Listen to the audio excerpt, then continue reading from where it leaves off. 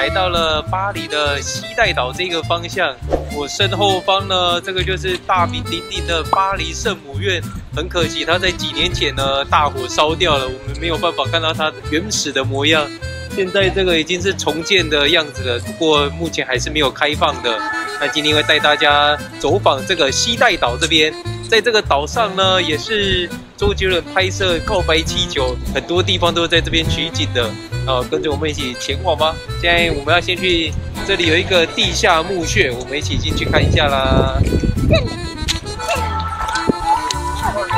这里是在1950年的时候才被发现的一个地下遗址，展示了整个巴黎公元前3世纪一直到现代罗马时代，一直到了法兰西的王国。当时巴黎圣母院开始发现有下沉的痕迹，因而得知原来在圣母院下方还有一个如此巨大的古遗址。我基本上已经看不出什么雏形了。那在这边也有许多当时的圣母院的照片，毕竟现在已经整个被烧毁了，不知道还要多久才可以重新建造成原本的样子。就在巴黎圣母院的旁边，塞纳河走过来，这边有一间非常有名的书店，这是莎士比亚的书店，有许多电影都是来这边取景的。但是看一下这个人潮，下这么大的雨，大家还是在这边排队。书店我们就不带大家进去参观了。回到塞纳河畔呢，这条就是大家俗称的左岸了。常常会听大家说，来左岸喝一杯咖啡，找一间喜欢的咖啡店坐下来享受一下下午的时光。看看整个巴黎左岸的建筑，非常的漂亮。不过呢，我发现这些比较大的国家，他们的河流都并不是很干净，看起来都是脏脏的。继续往左岸的方向过来呢，就会看到了这间圣使徒教堂。强力的建议大家来到巴黎，绝对要买巴黎的 Pass， 不然呢，每一个景点都要排队排超远的，可以像是快速通关一样。其他人都要在旁边慢慢的排队，即使你在线上预约了，还是要排队才可以进来。看一下，大家在外面排了长长的队，进来又要再排一次队。所以啊，一定要买这个 Pass。左边是要买票的，然后右边是你只要有2日票、4日票就可以直接进场。现在就在圣使徒堂里面了，一间非常漂亮的教堂，它是这样非常缤纷的颜色，而且它上面的这个图腾很像以前小时候参加童军的那种图腾，百合花的那种感觉，里面是保存的非常的好。小小的一间圣徒礼拜堂，塞了那么多人啊！那我们现在就要再往下一个景点出发了。刚刚还以为已经结束了，没想到它还可以再继续往上面走，这里更为惊人啊！看一下这边，超美的。它这个完全是马赛克的这个玻璃装置，完全都是这个装置艺术，不留了任何的痕迹。上来2楼这边才是真正的精华之处。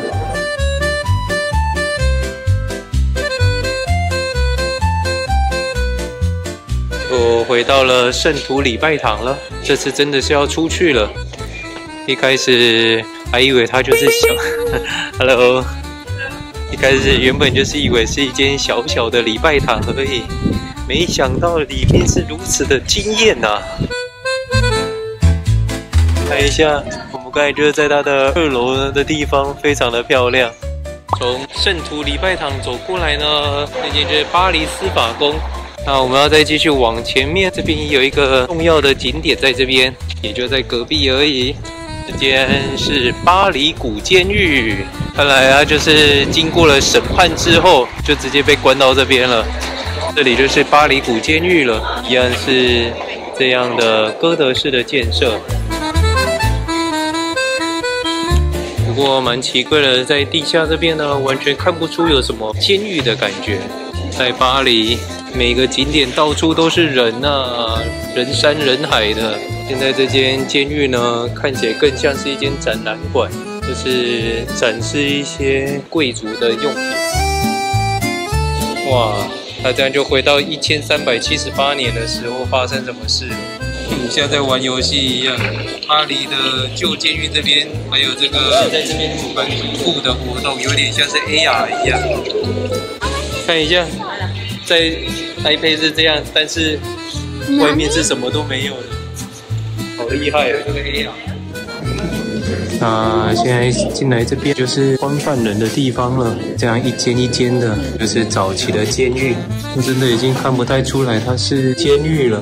典狱长就是坐在这边的，还有这些犯人的钥匙。对啊，小小的一间而已。对啊，我是还以为可以跟的，结果我看都是玻璃。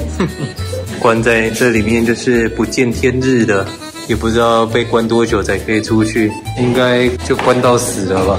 像这样要受绞刑了。大家还是觉得犯人是有教化的，所以在后方这边有一个礼拜堂，忏悔自己的过错。旧监狱其实就是在这个城堡的下方。以前呢，这里是一座城堡，那它现在只有开放监狱给大家参观而已。我们已经逛完了这个岛上的所有的景点了，我们现在又回到塞纳河畔这边。现在呢，要带大家去参观整个巴黎最重要的一间博物馆，就在往前啦。就是蒙娜丽莎。告白气球就是塞纳河畔这边完成的，这样看过去非常的漂亮，可以看得到巴黎铁塔了。在前往罗浮宫的方向呢，就可以发现了这个野生的草间弥生巨大奶奶在 LV 前面画图了，因为现在这个 LV 的包包就是在出这个画图的装饰。一开始我还以为来罗浮宫这边会排非常的长，但是其实也还好，记得要先预约，一来就马上可以进场了。看一下，就是这个透明的金字塔。来到罗浮宫，最重要的就是要看达文西《蒙娜丽莎的微笑》的真迹。在这边，据说这个雕像的典故呢，是这个男生他是一个犯人，在监狱的期间他是不能吃任何的东西，也不能喝水的，只允许他的女儿去看他。旁边的这个就是他的女儿，他就是靠喝女儿的母奶为生的。蒙娜丽莎的真迹，还有画胡子。在第一层楼呢，这边全部都是这种古希腊的创作，跟我之前在土耳其看过的一些展览就蛮相似的，就是这种，但是有头啊，或者是没有头的雕像。在古希腊文明呢，他们会有信奉非常多的神。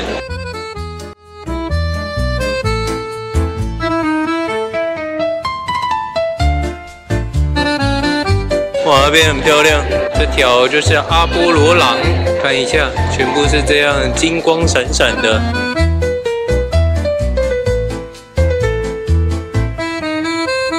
这个很漂亮哎，哦，你看上面那个船，有那个人，然后另外一边是龙，对啊，漂亮哎。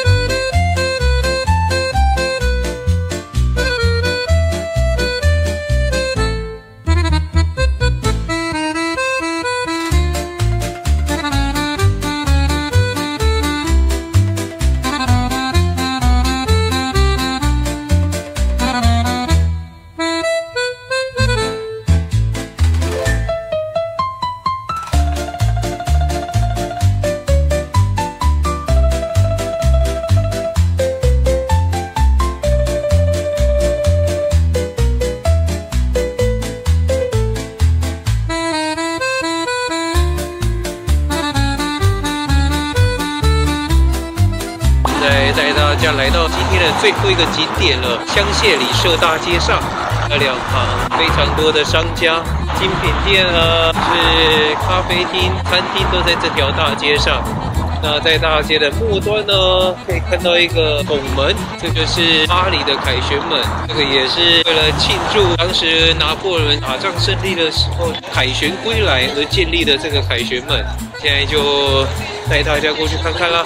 越靠近凯旋门，地段越好，全部在凯旋门附近都有这些精品店了。这间 LV 那么可爱，在隔壁的这一间就是迪奥了，店好像在做婚纱的，超大一间的。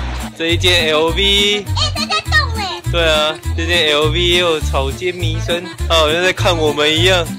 所以它连眼睛都会动呢，不是只有头动而已。哎呀，转过来了。Hello， Hello， Hello。如果要过去凯旋门呢，必须绕到香榭里舍大道的另外一端，这边还有地下道，精品街的那一段是没有办法走过去的。现在已经到了凯旋门的正下方。这个凯旋门真的很大哎，比之前看过的都还要再大一点，而且它是双门的。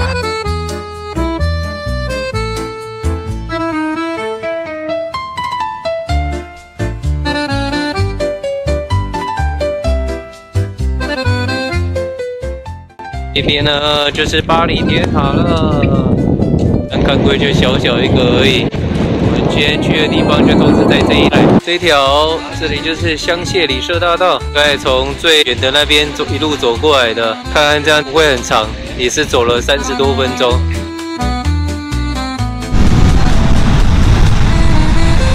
今天来跟大家介绍一下我们在巴黎的车泊地点，就在这边。这里是战神公园，就离巴黎铁塔这么的近。我们就是睡在这边。如果你有来巴黎的话，从星期六晚上8点过后，一直到星期一的早上9点，在这边呢，从这里到这里，还有另外一边，这里全部都是免费停车的，非常的棒。看一下我们的车子，直接就是面对着巴黎铁塔，超赞的一个地方，睡觉都可以看着巴黎铁塔。终于来到了曾经的世界最高的建筑埃菲尔铁塔，我们现在就在它的正下方啦，真的是超美的。开车过来的时候，远远看到它就非常的感动。现在就是来到了这个梦想的地方了。